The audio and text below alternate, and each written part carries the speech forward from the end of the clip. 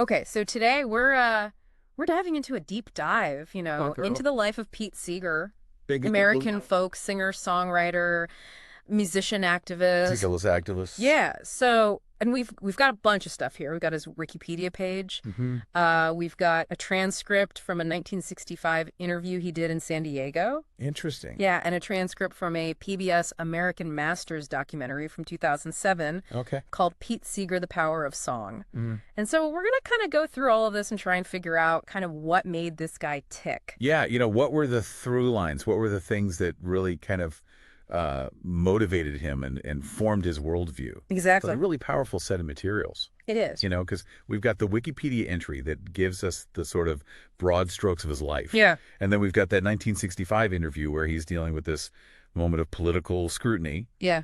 And accusations and things like that. Right. And then we've got this 2007 documentary, later in his life with the benefit of hindsight. Yeah. Looking back on his career and his activism. So for you, the listener, we're going to try to distill all that down into kind of a narrative. We want to see how his life kind of fit into the context of American history, Exactly. and how his own perspectives evolved and changed over time. And that through line of music. Yes. As a force for social change, for connection, for, all these things. Yeah. So without further ado, let's jump in. So Pete Seeger was born in New York City on May 3rd, 1919. Okay. And, right off the bat, we can kind of see that his family really played a huge role in kind of Absolutely. in shaping him. Right from the start. You see this incredible mix of music and social responsibility. Right. And just ingrained in his life from a very young age. Yeah. So his father, Charles Louis Seeger Jr., Wow. was a composer and a musicologist and like a very serious musicologist, like established the first musicology curriculum in the U.S. at UC Berkeley. Yeah. Was part of founding the American Musicological Society and ethnomusicology, the study of music Right. in its cultural context. So, Right. so music was not just, something they did on the side. This was like their life. Right. This was their intellectual pursuit. Yeah. And his mother, Constance de Cliver Seeger, was a concert violinist. She trained at the Paris Conservatory. Wow. And later taught at Juilliard. So this is a serious musical family. This is like top tier musical pedigree. Yes. It wasn't just, like, oh, we play a little music on the weekends. This was like, right. This is their world. Yeah. And it wasn't just music for music's sake. Like, his father was a pacifist and Deeply so. Yeah. So much so that he resigned from his position at UC Berkeley during World War I because he was such a pacifist. Yeah. And then later, the family traveled around the American South in a homemade trailer, bringing music to working people. Wow. So this is a family that's deeply engaged with the world, with social issues. Yeah, and I mean, I think you can see that you can see these seeds of his activism. Absolutely. Later in life being planted here. Yeah, you can absolutely see how this kind of formed his worldview, his approach to music as a tool for connecting with people, for upliftment, for social change. Right. And you mentioned you went to Camp Rising Sun. Oh, yeah. An international leadership camp. Yeah. Which, probably also broadened his horizons even further. Yeah, and all of his half-siblings, Peggy, Mike, Barbara, and Penny, it's amazing, became folk singers. Right, like everybody. And his uncle, Alan Seeger, right, was a poet. World War I poet. Yeah. Yeah, so a very artistic family. Yeah. Went to Harvard. He did. But he dropped out in 1938. He did. Really drawn more towards politics and folk music at that time. Yeah, it seems like that was really calling him. Yeah. More than kind of the academic life. Yeah, and his first paying gig was leading folk singing at the Dalton School, where his aunt was the principal. Right. And then he went on this summer tour with the Vagabond Puppeteers. Oh, what? The Vagabond Puppeteers, oh. Which was this traveling puppet theater. Yeah. That was actually inspired by Mexican rural education campaigns. That's cool. Yeah, so they were touring through upstate New York, and at the time there was this dairy farmer strike. Oh, wow.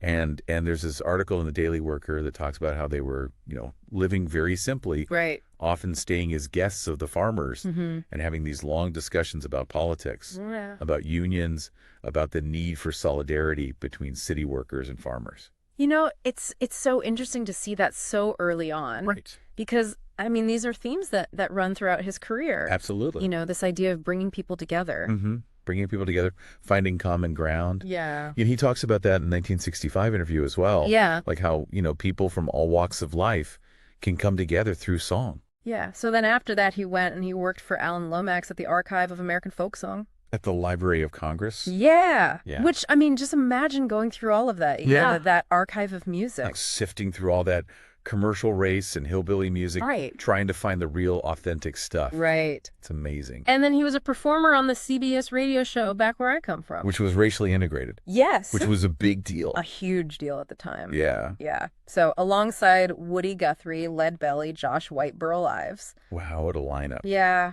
And the show was actually not picked up for national sponsorship. Really? Because it was integrated. Because it was integrated. Yeah. Which tells you a lot about, about the times. The times. Yeah. And his commitment to, racial equality. Yeah, absolutely. So then we start to see him get more involved in activism. Okay. He joins the Young Communist League in 1936 mm-hmm. and the Communist Party USA in 1942.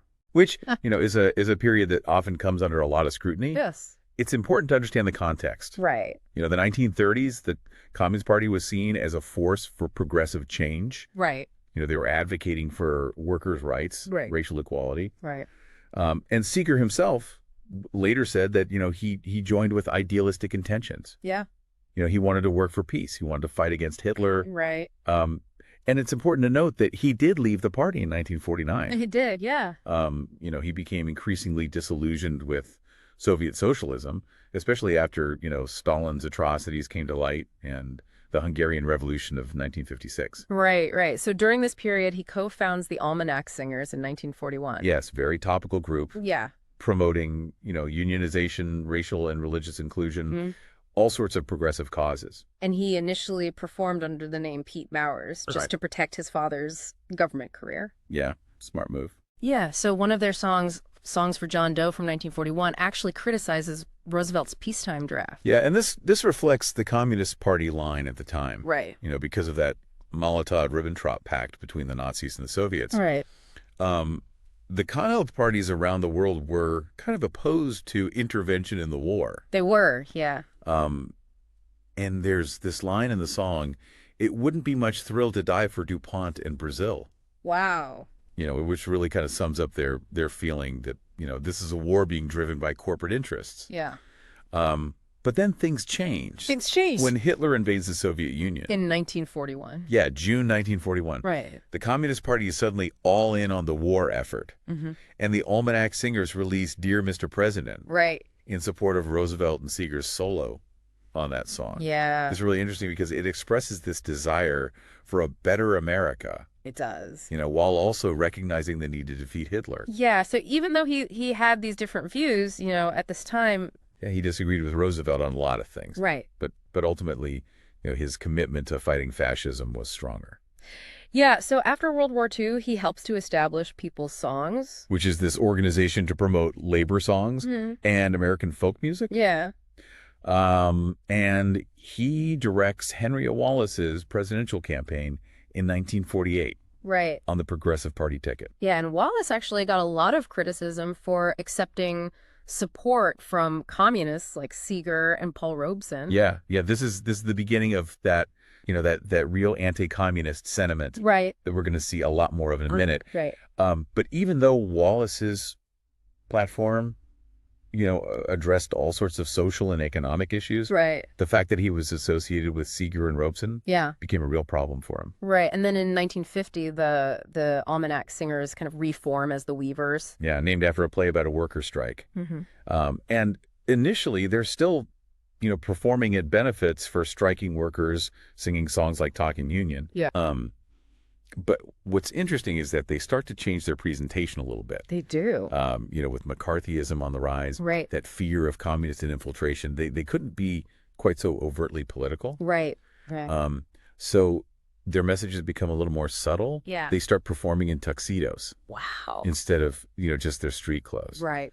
And their management is actually steering them away from explicitly political venues. Interesting. Yeah, but despite this need to be a little more cautious. Right. They achieve huge commercial success. They do? Like massive hits. Yeah. Good Night, Irene. Number 1 on top of Old Smoky. Cena. Blew him away. Yeah. He actually said in that 2007 documentary that the success of Goodnight Irene was a surprise. Oh, really? Yeah. The record label was actually pushing Raya Zenatena Oh, wow. as the hit.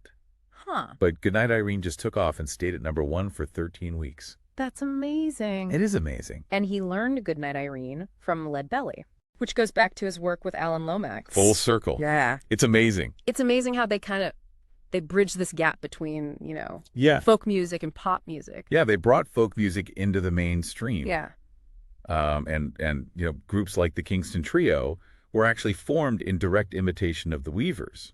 Oh, wow. But with a much more sanitized, less political image. Right. And then Seeger actually resigns from the Weavers. He does. When the other members agreed to do a cigarette commercial. Yeah, which tells you a lot about his principles. His principles, yeah. He was not going to compromise his values for a paycheck. Yeah. But this leads us into this difficult period. Yeah. Of McCarthyism and the blacklist. Yes. So even though Seeger left the Communist Party in 1949, his earlier affiliation combined with his ongoing support for civil rights, labor rights, racial equality, anti-militarism, all of these made him a target. Made him a target in this climate of fear and suspicion. Absolutely. So he was blacklisted from the late 50s to the early 60s. Yeah. And during that time, he made a living teaching music, performing on college campuses, and he recorded extensively for Folkways Records. And I think it's important to really understand what the blacklist meant. It was devastating. Yeah, it wasn't just about losing your job. No, it was about being ostracized, being shunned, having your reputation destroyed, simply for your political beliefs. And yet he persevered. He did. He kept making music. Yeah, and he famously refused to answer questions before the House Un-American Activities Committee. In 1955, citing the First Amendment. Yep. And he was convicted of contempt of Congress. Right. Although that conviction was overturned on appeal in 1962. Right. And in that 1965 interview in San Diego, he actually addresses this. He does. This label of identified communist. Yeah, and he points out that the accusation came from a discredited individual who was later indicted for perjury. Yeah. So, he's really questioning the validity of the whole thing. Right. And he also makes this really interesting point that, labels are less important than actions. Yeah.